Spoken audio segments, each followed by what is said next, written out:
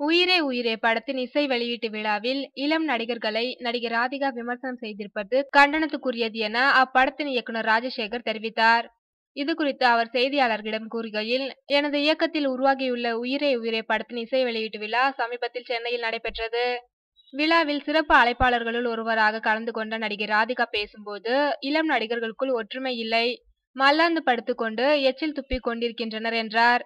ஒரு படத்தின் விழா மேடையில் அந்த நடிகர் நடிகைகளை பற்றியோ அதில் பணிபுரியும் டெக்னீஷியன் பற்றியோ தான் பேச வேண்டும். ஆனால் அரசியல் நோக்கில் நடிகர் சங்க பிரச்சனையை மறைமுகமாக ராதிகா பேசியது கண்டிக்கத்தக்கது.